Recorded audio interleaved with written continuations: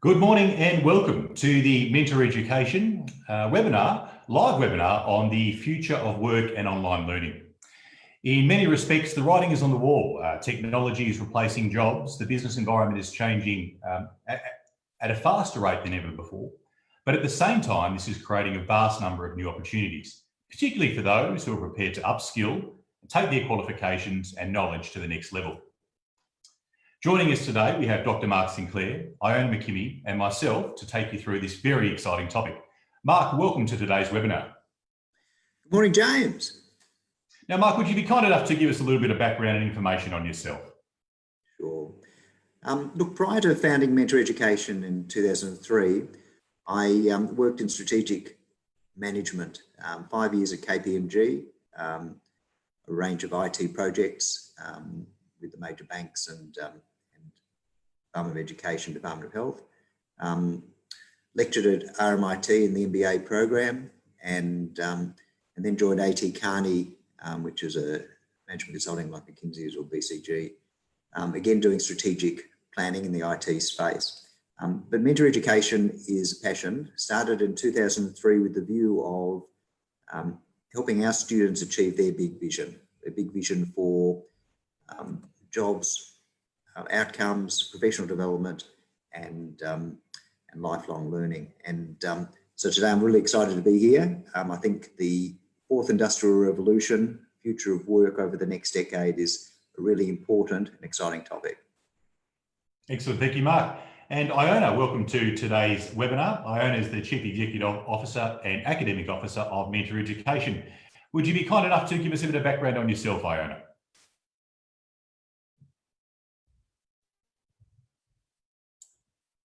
Are you just on mute there, Iona? I'm sorry, everybody. I hadn't quite realised that no one could hear me.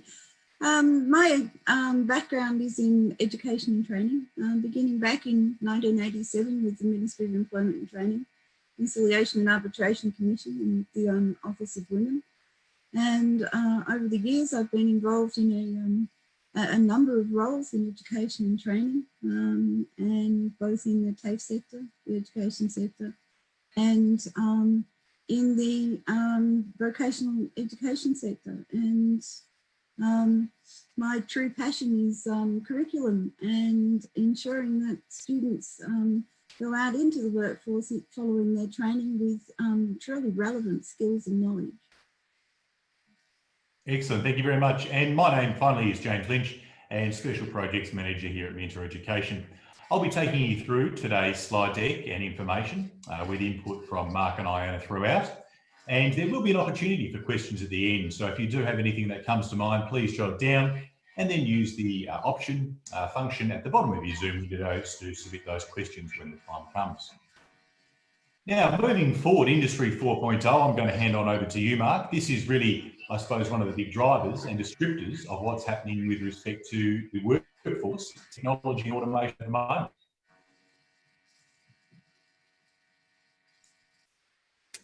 Well, with pleasure, James. Well, look, firstly, let me just talk a little bit about what the fourth industrial revolution is. The first industrial revolution was steam engines.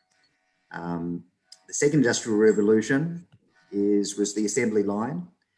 The third, in the 70s and 80s and 90s, of course, was computer internet technology. And the fourth industrial revolution is the period we're in at the moment, which is about digitalization and integration of value chains, digital business models and customer access, and digitalization of product and service offerings. The technologies are things from mobile phones, which really became prevalent with the iPhone in 2008, cloud computing, augmented reality, authentication, fraud detection, obviously big data analysis, and the like. But the decade ahead, we're just going to see the next wave of automation technologies, and they're just going to change the day-to-day nature of our work. And millions of jobs could be phased out over this period. McKinsey's estimates that 3.2 million full-time jobs will potentially be displaced in Australia, and 40% of jobs are in occupations that could shrink between now and 2030. So this is really a significant topic, and the place for education and upskilling could never have been greater. Thanks, James. Excellent. Now, the slide up in front of us highlights some of the technologies that are coming through that's driving a lot of this and enabling this shift, this new industrial revolution.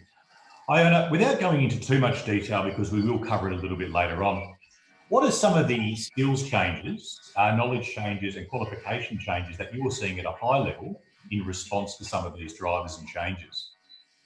Well, James, some of the changes we're seeing is requirements for skill and knowledge development and distinct skill and knowledge development or skill and knowledge gaps in business analysis, communications, managing remote work teams, managing mobile applications, portability, and utilising different systems, and sustainability and is also quite a quite distinct requirement of these changes that are happening with these disruptive technologies. So these disruptive technologies are clearly having some sort of impact on the workforce, okay? Obviously, as you can see up there in the slide in front of you, we've got manufacturing, we've got the finance industry, the service industry.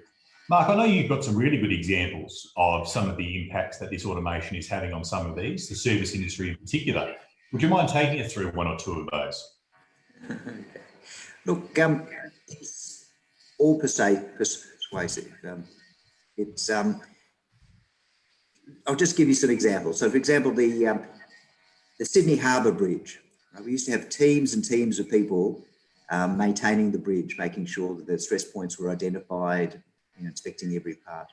So now they've got hundreds of sensors, thousands and thousands of sensors, I should say, on the bridge that give early detection of stress points. So cracks that increase in size, the alerts are given, and so the maintenance, rather than being whole of bridge maintenance over a period of time and recycled, is now pinpoint accuracy.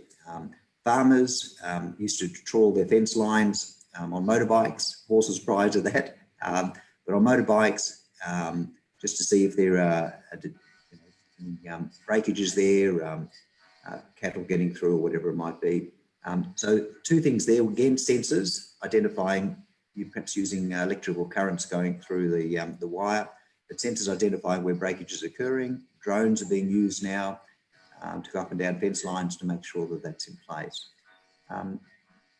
Really, there's lots of examples. We're seeing it every day in the supermarkets. We go to Coles, Woolworths. What used to be rows and rows of tellers doing the checkouts, we're now just quite used to doing manual, doing ourselves, doing the actual checkouts and going through that process. What's not quite so obvious is the back of house in terms of the supermarkets. It's now really pick and pack and automatic dispatch of food orders done online. The same's happening in the pharmaceutical industry. We're used to going to chemists, but what's becoming bigger and bigger is, again, warehouses, back of house, pick and pack, automatically put into packages through robotics and put into the mail and arriving at people's homes. So order fulfillment or scripts being done that way. So whether it's Uber food, whether it's Uber cars, whether it's automatic pick and pack, anything that is manual, that is repetitive, can be automated and is being. Now, to go into a little bit more detail, I've got a slide up in front of us which is identifying automatable activities and operations and shows some of the impact and growth and recession in some of those particular areas. Would you mind talking to this slide a little bit for us? Look, this is a really interesting slide because once you get your head around the fact that we're automating anything that's mundane, you start to think about what are the opportunities for fulfillment in work. And the industry's, the top right quadrant shows the highest displacement rate and the largest share of jobs. So the very first area there is office support. So what used to be, office support. So secretaries, for example, lawyers with legal aids, anywhere where there was a manual work to provide support to in professional services and office environment is the largest area of automation. The second, just going closer to your left on the screen, is food service at 5.4. Food service is being automated too, where now as people take, order through Uber, what we're having is, kitchens in the background that are just doing food service, and a lot of it is being automated. I saw a lovely video recently, which was of a cake manufacturer. Right? So we used to buy cakes and we think it's all hand done by individuals, but robots are putting on the icing and putting on, and just doing that whole process. And food automation is huge. The next one is production work in factories and the like, any production facility. That area is, again, anywhere where there is manual repetitive work is now being automated as robotics is becoming cheaper and cheaper. And probably the fourth largest circle there is customer service and sales. And we're more and more familiar with that, retail shops being on decline and people ordering online. But again, it's a repetitive process that is being automated. And look, the reality is it affects just about every industry. This particular graph here just shows the industries that are most impacted. But this is the opportunity to identify where the skills of the future are in need and where we need to upskill. Excellent, thank you very much. Now, I'm going to hand over to you, Iona, because what we've got up in front of us now is a graph which is showing the top 10 jobs which are likely to grow. Health professionals is one very obvious one, and with an ageing population and health needs increasing throughout the world, that's very self-explanatory. But we have STEM professionals up there. If you could explain to us what a STEM professional is and why it is that skills in those particular areas are going to be valuable for the future. Okay, James, STEM is science, technology, engineering and manufacturing. And they're growing occupations because of the level of technical requirement and the adoption of changing technology and new technology and forward practice. So that is one of the reasons why STEM professionals are going or are already, but are going to be in more and more demand. Health professionals that can utilise technology in a different way. We have at the moment a situation in the world where we're seeing health consultations with doctors and patients and between medical teams all occurring utilising technology, and consultations occurring with patients online. And this is literally just the beginning. Business and legal professionals are indicated as growing occupations in this environment as we move towards, again, a higher level of adoption of technology. So document signing apps, for example, a DocuSign, for example, is an excellent example of how we're changing what we do. Once upon a time, we wrote a document, we printed it, we signed it, we scanned it, and then we emailed it back. Now we actually send the document inside an app.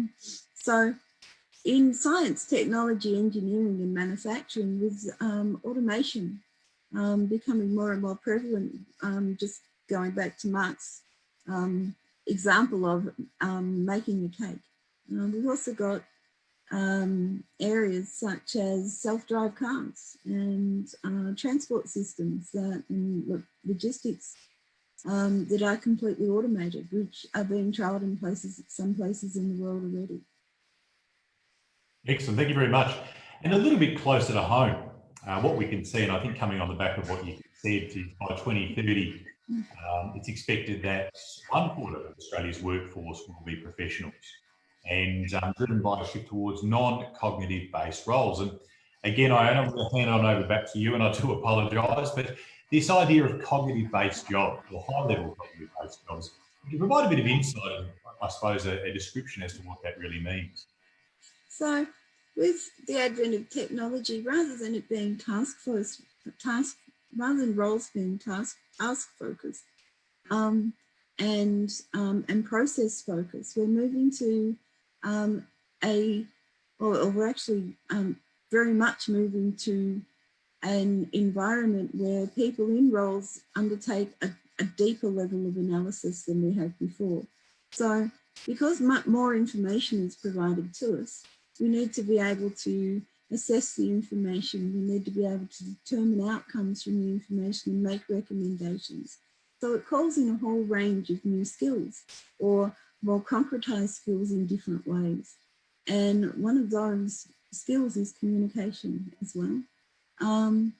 And autonomy, as we're provided with more information and we work in different contexts. So remote work, for example, is becoming more prevalent, where people aren't office-based, they're actually based remotely, either at home or in a different environment.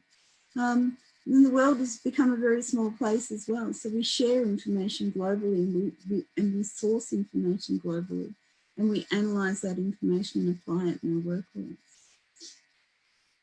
Excellent, thanks, Iona. And continuing on from that slide, you can see there that these new methods of work and ideas and systems are already making their presence felt in the maintenance area, management and organisation processes, and of course, sales and marketing, which you referred to on that slide earlier on. We have a graph here from the Australian Bureau of Statistics, which shows employment growth by industry since 2013. And there's clearly been some growth in some industries and recession in the others. Going on the theme of what we've been talking about today, what are some of the drivers that are pushing this? Hi, James. Look, today we've looked at particular sectors, and we've looked at things like food processing, whatever, and we've looked at particular roles like management and which ones will be affected the most. This is a really interesting chart because what it does is it shows the importance of service industries, both in household and business. And the reality is that 85% of jobs over the next 3 to 4 years of all jobs will be in the services industry, services sector. So in terms of business services, we're looking at professional business services and the like, and household services to support that process. Again, as support people in the home and the like. These projections, which are really over the next 5 years, show us that the service industry will be predominantly in things like, we're seeing it in construction, obviously, we're seeing it in manufacturing services, healthcare services, education services, and professional services are the major areas. Look, 85% is a huge figure. But what it does show is that the value add nature of work of today, again, it's less about producing things, less about mundane, repetitive production line type work. And now it's more about professional and value add type work. So this means that as individuals, we ourselves have to make sure that we develop the skills that are necessary to provide the services in today's environment.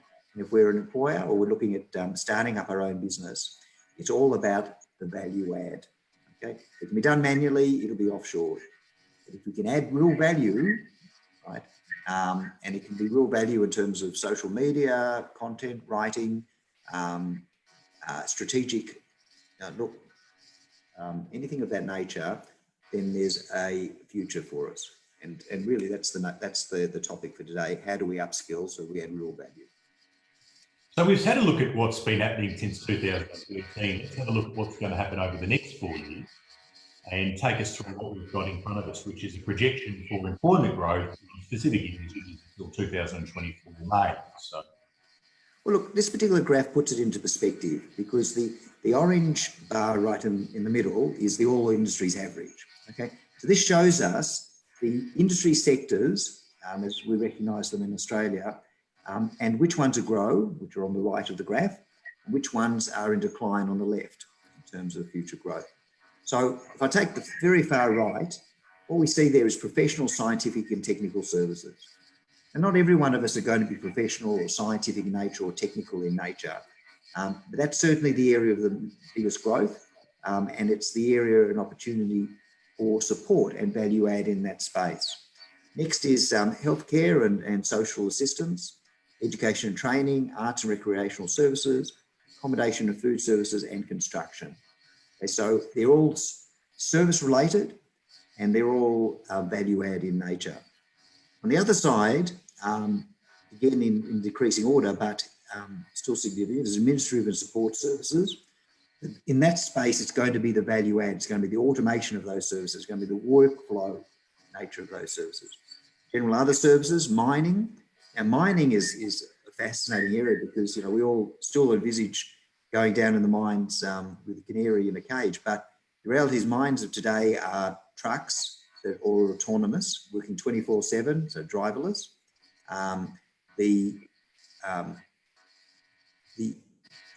Electricity and power for mines and our solar panels scattered around the mine so that there's no drain of electricity and power in that particular space.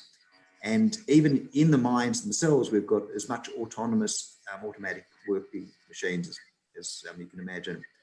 Going down the list, public administration safety, rental and hiring, retail trade, finance and insurance services. They're growing, but just below the average.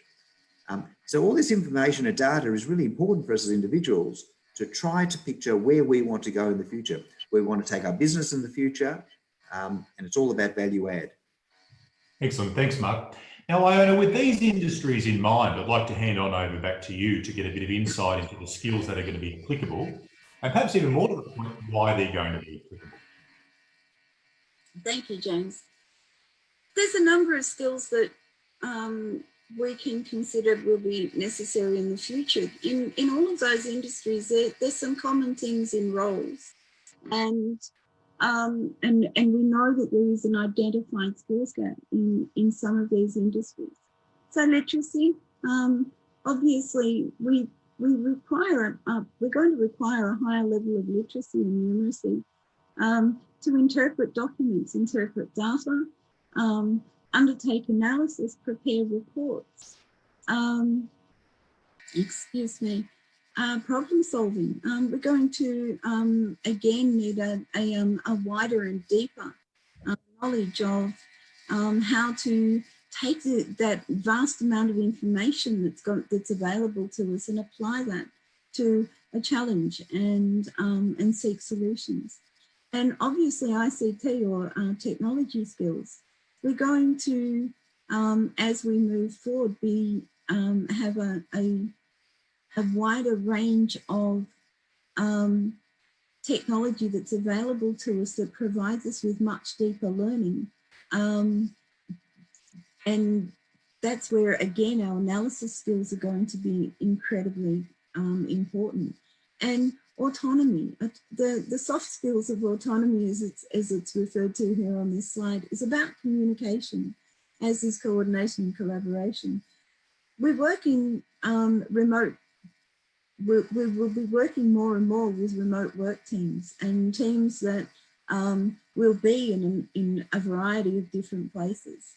And communication and remote work team skills and the application or the use of application in our day-to-day work is going to be incredibly important.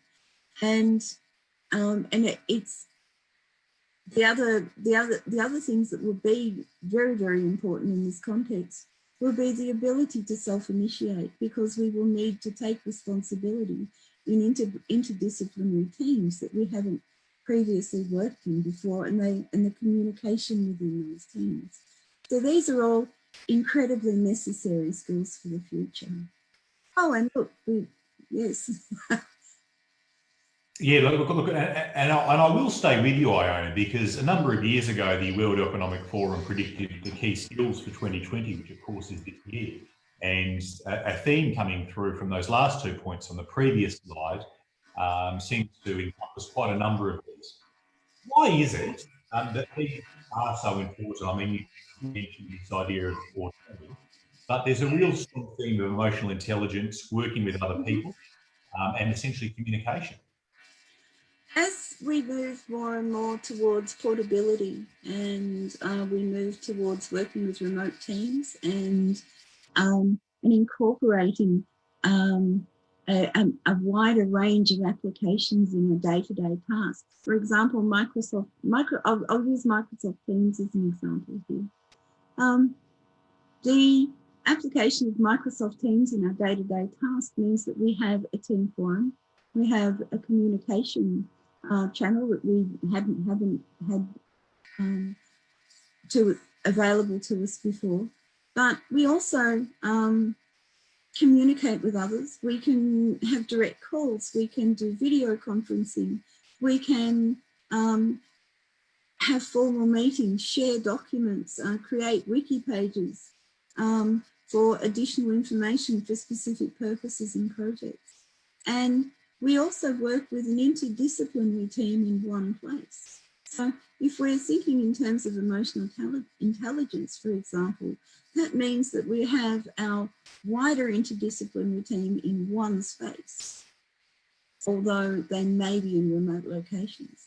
So it brings everything together. And the World Economic Forum skills are very, very much part of our future work requirements. Excellent, thanks. Now, Mark, I'm going to come back to you to talk to the next slide that's up in front of us. And it shows, I think, some very interesting information with respect to projected hours dedicated to work tasks in basically 10 years' time. And there is a real shift. Obviously, we can see technology is getting well, obviously there's more hours dedicated to technology, but social and emotional skills is also one that we're seeing a large increase in as well. Take us through that, if you don't mind. Well, thanks, James. Look, well, firstly, the premise here is that automation and AI will accelerate the shift in skills that the workforce needs. So what this chart does is give us an indication of where this biggest shift occurs. So the biggest change in hours spent by 2030 in this particular scenario is in technological skills. So we're just going to see that as the biggest change in hours spent. And it makes total sense. You know, we've got a whole new horizon of really amazing technologies that are coming to the fore, and they're occurring in every industry, whether it's aquamarine culture or marine culture, whether it's in a whole range of microsatellites being put into the sky to beam internet and solar electricity down to us here in Australia. So that's technological skills, but social and emotional skills is really important now as we work more and more in agile teams, and also as we work remotely from our home. The biggest thing here today, of course, is that when you have when you're trying to, if you're in an organization and you're a human capital officer within an organization, what you're trying to do is firstly do a skill set for the gap assessment of what skills are needed in the organization, and you're trying to identify what are the skills and you're trying to get the very best people in to fill those particular roles. So they're going to be working anywhere in the world potentially, and they're going to have to manage teams. They're going to have to manage a team of teams, and the ability to motivate the team and achieve the goals on a weekly basis or fortnightly basis that are being set for those teams has just become more and more important. So EQ skills, emotional quotient skills, emotional intelligence skills are really important. High cognitive skills are important. You know, once upon a time, managers would sit there with Excel spreadsheets and just putting data in and presenting those reports. That data is now automated. So really the skill here is higher cognitive skills, the ability to actually analyze that and get insights and develop tactics appropriately. Basic cognitive skills as well. And on major decline is physical and manual skills. So really, again, what we're seeing here is there's a major shift in skills, and they're all towards the higher value-add skills that jobs will need for the future. Excellent, thanks, Mark. Now, the next slide we've got up in front of us talks about a great deal of opportunity and skills mismatch in OECD countries. You've got Australia up there, and I'm going to hand back to you on this one to talk about this idea of skills mismatch and how it does impact great opportunities for those who are prepared to reskill, retool, and upqual. I think the way that our industries are changing and the pace that they're changing has actually created a gap and an opportunity for people to be able to upskill or reskill. Excuse me. And as technology, excuse me, I'm sorry, and as industries have changed and we have a greater level or a higher level of adoption of technology, the traditional work roles within those industries really never had the initial educational training to be able to undertake some of those newer skills that are required.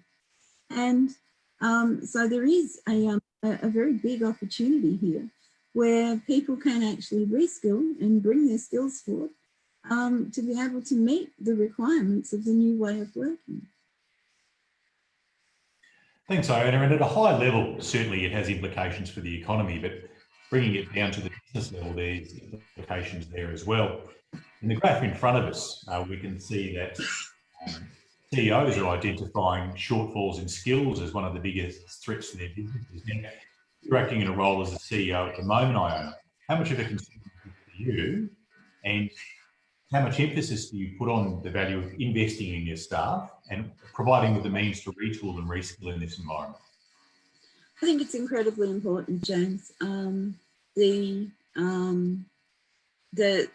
way that we're working now, and we know that will actually require a much broader and deeper knowledge of how we apply technology in our roles and how we utilize the information from that technology is going to be incredibly important as we move forward. To maintain any type of competitive edge in the industry that we're working, we need to stay abreast of the changes and we need to be able to adopt that in our day-to-day practices.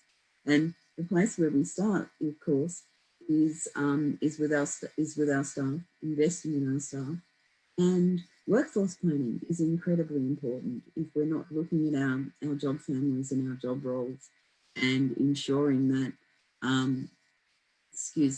the people in those roles have the knowledge and skill to be able to move forward and work in the new world of work, and do their jobs well and have job satisfaction, then we place ourselves at great risk. Excellent, thanks, Iona. Now, by this stage, we've identified that there is a change being driven by technology, consumer demands, and a whole myriad of reasons.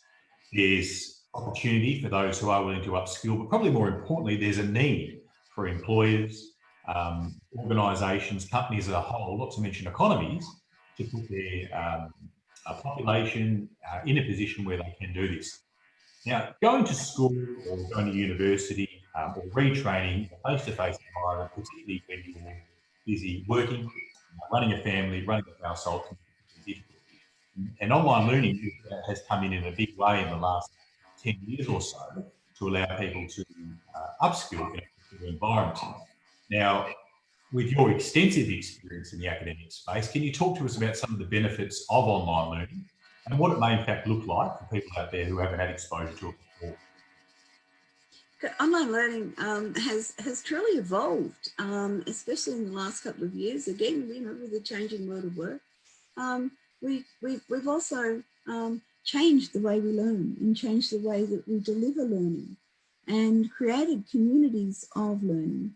And an online learning experience is often very personal to the individual. But when we start looking at online learning and we place it in the context of how work is changing, we have to ask ourselves how we create a learning experience that provides opportunities for our students to develop all of those additional extension skills and knowledge required for the new world of work. Our courses have a change in syllabus, but our online learning environment is an incredibly important thing here. So at Mentor Education, we deliver a number of qualifications from certificate through to graduate diploma level. And within each course, we take a slightly different approach than some other training and education providers. Within our online learning environment, students are actually able to access excuse me, the tools that they would actually use in a work environment. So they may be encouraged in a particular course to access an industry, become a member of an industry association and start building their professional networks. There are current tools that are embedded in courses, and in our virtual tutorials, our students come together from many different places, and so our students develop a professional network, if you like, as they're studying, and they also develop those remote work skills and remote team skills. Thanks, Iona. And something else that we have up in front of us is, again, projected employment growth, but not so much related to industry, but the idea of qualifications. And I think a question is, what value is there in formalising qualifications? I think there's a place, to be honest, for formal and informal learning.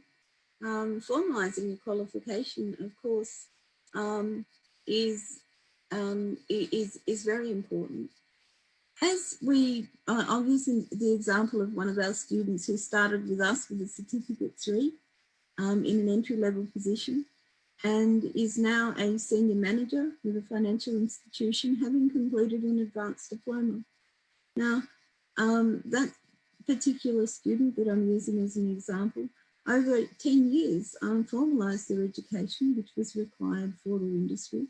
There's a number of industries that require formalised education, and has been supported by their learning and their certification through their professional development. Excellent. Now, mentor education, as you said, starts right at sort of, that Certificate 4 level, and takes you through pathways in a whole variety of areas. We have a number of skills, and I will get you to talk to the 3 skills that we do have, and how they're claimed and acknowledge a lot of what we've talked about today with respect to technology, cognitive thinking, and emotional intelligence. Okay, so our 3 schools, as it says here, there's the School of Business, IT and Project Management, Accounting and Finance, and then there's also compliance and short courses. The School of Business, IT and Project Management in all courses at all levels has the skills and knowledge for the future world of work and adoption of new technology and remote work skills, and levels of analysis that are applicable to each level of study, embedded in every course, as does the School of Accounting and Finance and our compliance and short courses as well. So what we've done is we've looked at our curriculum, and we have embedded all of these things that we've been talking about today into our curriculum to ensure that our students, as they move through the courses, are ready for work and have those analysis skills, those cognitive skills, the ability to work autonomously. Excuse me. And we're finding that with the change in curriculum, the engagement level for our students has increased dramatically as well. Excellent, thank you very much. Now, it's not just the scope and the courses that we've made available to the cohort studying with mentor education, but it's also the means of delivery. And Mark, I'm going to get you to jump in here on the next slide and talk to us about a thing that's happening at the moment of micro-credentials and short courses, and why they're going to be so valuable. And I suppose as we move into this time where continually updating skills is going to be more important than ever. Well, look, thanks, James. Look, it comes down to the individual's career plan. Okay, so it's important for each one of us to try to identify where we want to get to in our job, in our role within the organisation. If we're running a business, we're trying to do the same thing for all our staff and for the people that we want to recruit within the business. So ultimately, what are the skills that are going to be critical to making me part of a better, high-performing team? Now, those skills are acquired over your lifetime. You know, we come right this minute with a whole range of skills in our bag of tricks. And the idea now is to identify how do we progress those skills so that we are well positioned to become a supervisor, a manager, a leader within our organisation. Now, we've talked a little bit about what those skills are already. Some of them are emotional intelligence, some of them are things like project management. Sometimes I need to actually develop my accounting skills so I can actually read and understand profit and loss, a balance sheet, and really contribute to the organisation. Or it could be that I need to know what a business continuity plan is and how I'm going to be involved in that process and the like. So those particular skills are very specific to us as individuals and to our particular role and where we want to get to, where we aspire to be in the future. But the real notion here is that they can be acquired, those particular skills can be acquired bit by bit, month by month, on our journey through our lifetime. It doesn't have to be one major qualification like a Master's of Business Administration. What it can be is individual units of competency, individual subjects in a bigger course. But the idea here is that they aggregate up and they're recognised as part of bigger qualifications. So if, for example, I just want to take the accounting example before, I just want to be able to understand, right this minute, I want to be able to, use Xero and understand, and understand how that works. Okay, so I might do one particular unit there, but I may as well progress and develop those units and over time, and at least know if I do one unit here and a second unit there, the third one there, well, hang on, I only need 6 more or 10 more units before I get a full qualification. Well, that will look good on my CV, plus I'll have a more robust understanding of that particular area. So that implies to team leadership, emotional intelligence, project management, how to use particular software, and the whole lot. So I suppose the real notion here is that they're stackable, right? I can develop one particular skill and then I can build on that. I do it in a manageable way. Right? I'm not trying to overload myself because I've still got to do business as usual. It gives me a competitive advantage, gives me real insights. I have flexibility. I can study online. If I'm particularly busy at the moment, then I can just defer that a little bit and then pick it up. And then I can customize it so that the application of the assessments can be applied to my workplace. I get real meaningful benefit out of it. Excellent, thank you very much. And Iona, if you could just give us a little bit of insight into the importance, I think, of fluidity and currency of skills and knowledge that are passed through by way of micro-credentials. Yeah, my micro-credentials have become something that industry are very, very much looking for in applicants for positions. And the micro-credential hones in on where those skills gaps may be. They're also ideal for people entering the workforce. It prepares people for different roles, or it supports people to develop specific knowledge. So it may be that a specific role requires somebody with a knowledge of creating a business plan or a marketing plan. And by completing a micro-credential, a person can actually develop the skills and knowledge to actually undertake that task. And that's what micro-credentials are really all about. They're about specific work tasks and knowledge and skill that support a person's continued employment in the changing world of work, as well as entry to the workforce.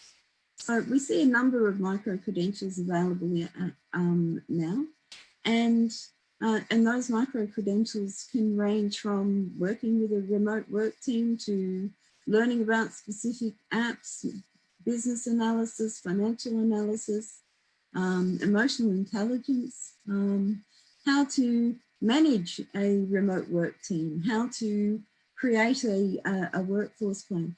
So there's a vast number of topics that micro-credentials are available for, and they're specific to work roles and tasks within work roles, and they increase people's levels of employability, if you like. Excellent. Thank you very much. So thank you very much, Mark, for joining us in today's webinar, and thank you, Iona. Thank you very much, James. It's been a pleasure. And likewise. See you, everyone. Bye. Now, I'm just going to hand over to, so we've had a couple of questions come in just before we close off. Now, this can go out to either of you. And why is it that emotional intelligence is so important with so much automation going on? I'll hand that one to you, Mark.